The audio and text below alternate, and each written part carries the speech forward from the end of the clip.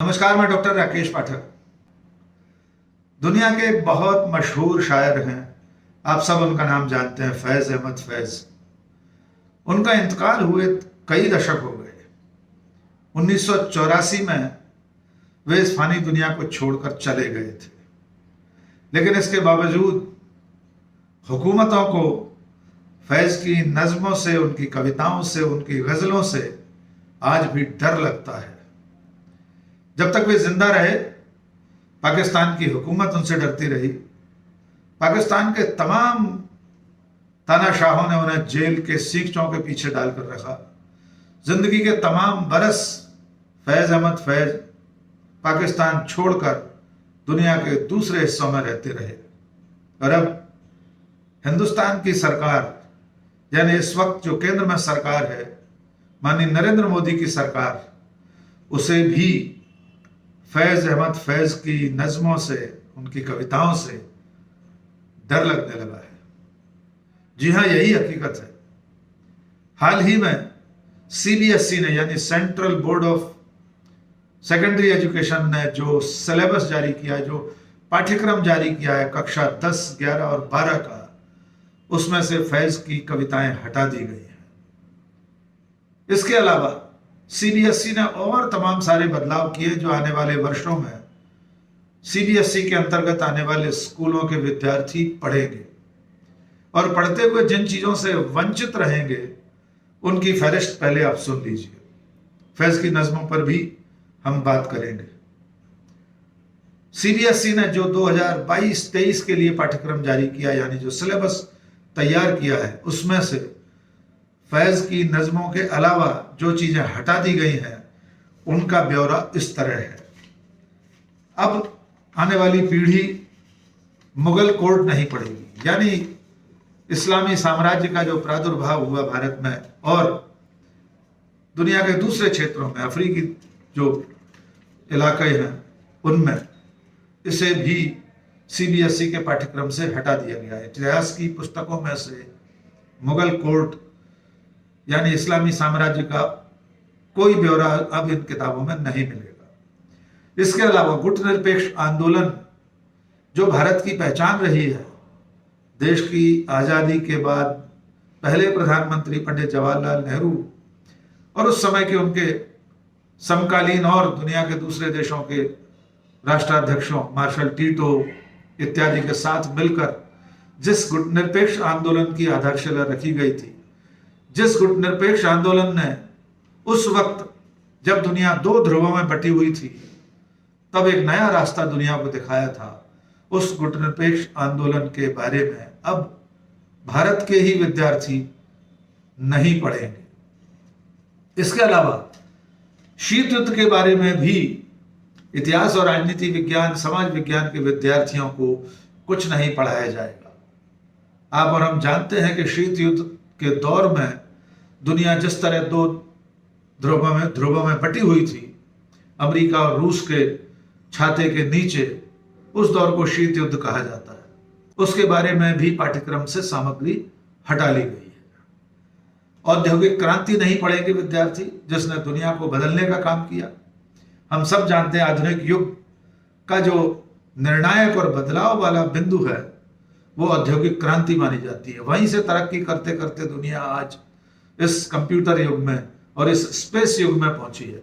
लेकिन अब सीबीएसई के विद्यार्थी, उसके पाठ्यक्रमों में पढ़ने वाले विद्यार्थी औद्योगिक क्रांति के बारे में भी कुछ नहीं जानेंगे। इसके अलावा जो इस दौर की सबसे बड़ी चुनौती है देश और दुनिया के सामने, वो है धर्म, सांप्रदायिकता, उसके बारे में भी, और इसके साथ साथ जुड़ा हुआ जो विषय है धर्मनिरपेक्षता, सेक्युलरिज्म। तो अब सीबीएसई ने धर्म, सांप्रदायिकता, धर्मनिरपेक्षता, धर्मनिरपेक्ष राज्य, लोकतंत्र और विविधता, ये सारे चैप्टर, ये सारे अध्याय अब 10वीं, 11वीं और 12वीं की किताबों में जहां जहां पर ये विषय थे, जहां जहां पर ये अध्याय थे, उन्हें हटा दिया है। सीबीएसई का दावा है कि पाठ्यक्रम में ये जो बदलाव किया गया है, ये जो हिस्से हटाए गए हैं, ये एनसीईआरटी की सिफारिशों के आधार पर किया गया है। अब बात करते हैं फैज की नज्मों की। हम सब जानते हैं कि फैज अपने समय के वामपंथी रुझान के शायर थे और वे भारत में ही पैदा हुए थे, यानी अविभाजित भारत में सियालकोट में, जो तत्कालीन पंजाब था उसके सियालकोट में वे 13 फरवरी 1911 को पैदा हुए थे। जब भारत का विभाजन हुआ तब वे पाकिस्तान चले गए, लेकिन पाकिस्तान की हुकूमत को भी उनका लिखना बोलना कभी रास नहीं आया। लियाकत अली से लेकर हुसैन सोहरावर्दी तक और सोहरावर्दी से लेकर जियाउल हक तक पाकिस्तान के तमाम तानाशाहों को फैज की नज़में अखरती रही और फैज बार बार जेल में डाले जाते रहे।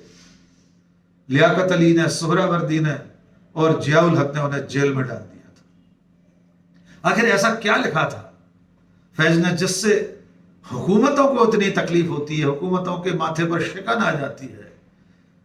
पाकिस्तान की हुकूमत की बात तो जाने देते हैं, भारत की हुकूमत को भी फैज की नज़में नागवार गुजर रही हैं।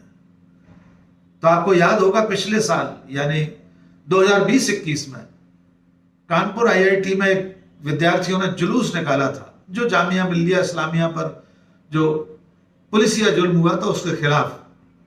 और उस जुलूस में विद्यार्थियों ने, IIT कानपुर के छात्राओं ने फैज की नज्म गुनगुनाई थी, हम देखेंगे लाजिम है कि हम भी देखेंगे। आपको जानकर हैरानी होगी, आपकी जानकारी में होगा भी कि तब कानपुर IIT में किसी ने इस बात की शिकायत कर दी कि फैज अहमद फैज की यह नज्म हिंदू विरोधी है। उनकी उस व्यक्ति की शिकायत पर कानपुर IIT ने एक जांच कमेटी बिठा दी, जिसे यह जांच करना थी कि फैज की यह नज्म हम देखेंगे लाजिम है कि हम भी देखेंगे ये हिंदू विरोधी है। लेकिन तब से अब तक 2020 के जनवरी महीने में यह कमेटी बनी थी इस नज्म को लेकर, लेकिन उस कमेटी के नतीजों से आज तक देश अनभिज्ञ है।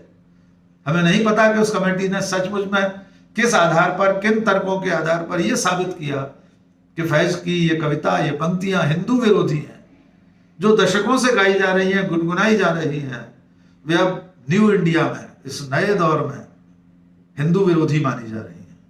CBSE ने जब पाठ्यक्रम में से ये तमाम सारे महत्वपूर्ण हिस्से हटाए, फैज की नज़में हटाई, कविताएं हटाई, तब इसकी बड़ी तीखी प्रतिक्रिया हुई। खास तौर से पढ़ी लिखी जमात ने इसे ठीक नहीं माना।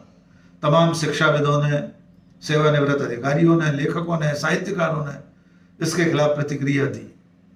यहां तक कि कांग्रेस के भूतपूर्व अध्यक्ष राहुल गांधी ने भी एक मशीन ट्वीट करके, जिसमें से CBSE के पाठ्यक्रम कतरन बनकर निकल रहे हैं, उन्होंने लिखा राष्ट्रीय शिक्षा श्रेडर, यानी कतरन बनाने वाली एक मशीन है।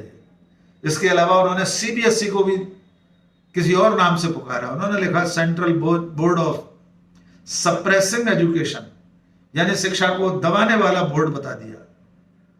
लेकिन सरकार और CBSE पर इन प्रतिक्रियाओं का कोई असर नहीं हुआ। आइए हम इस वीडियो के आखिर में फैज की वो नज्म गुनगुना लेते हैं जिसको लेकर ज्यादा विवाद है, जिसे हिंदू विरोधी कहा जा रहा है, तो हम भी इसे गुनगुनाने की कोशिश करते हैं। तो लीजिए सुनिए फैज की ये नज्म, हम देखेंगे लाजिम है कि हम भी देखेंगे वो दिन कि जिसका वादा है, जो लौहे अजल में लिखा है, जब जुल्म सितम के कोहे गरा रुई की तरह उड़ जाएंगे हम महकूमों के पांव तले, ये धरती धड़ धड़ धड़केगी और अहले हकम के सर ऊपर जब बिजली कड़कड़ कड़केगी, जब अर्ज़ खुदा के काबे से सब बुत उठवाए जाएंगे, हम अहले सफा मरदूद हरम मसनद पे बिठाए जाएंगे, सब ताज उछाले जाएंगे, सब तख्त गिराए जाएंगे। ये लंबी नज्म शायद सत्ता को अपने खिलाफ एक आवाज, एक आह्वान लगती हो, इसलिए अब CBSE के पाठ्यक्रम से फैज की नज्मों के साथ साथ तमाम सारे आधुनिक विचार, धर्मनिरपेक्षता और लोकतंत्र के विचार हटाए जा रहे हैं। देखना होगा ये सिलसिला आगे चलकर कहां पहुंचता है। आज इस वीडियो में बस इतना ही। चलते चलते आपसे एक गुजारिश, एक अनुरोध, अगर आपने हमारे यूट्यूब चैनल अब तक सब्सक्राइब नहीं किया है तो फौरन सब्सक्राइब कर लीजिए, अपने दोस्तों, इष्ट मित्रों, शुभ चिंतकों के बीच साझा कीजिए। आज बस इतना ही। बहुत बहुत शुक्रिया। जय हिंद।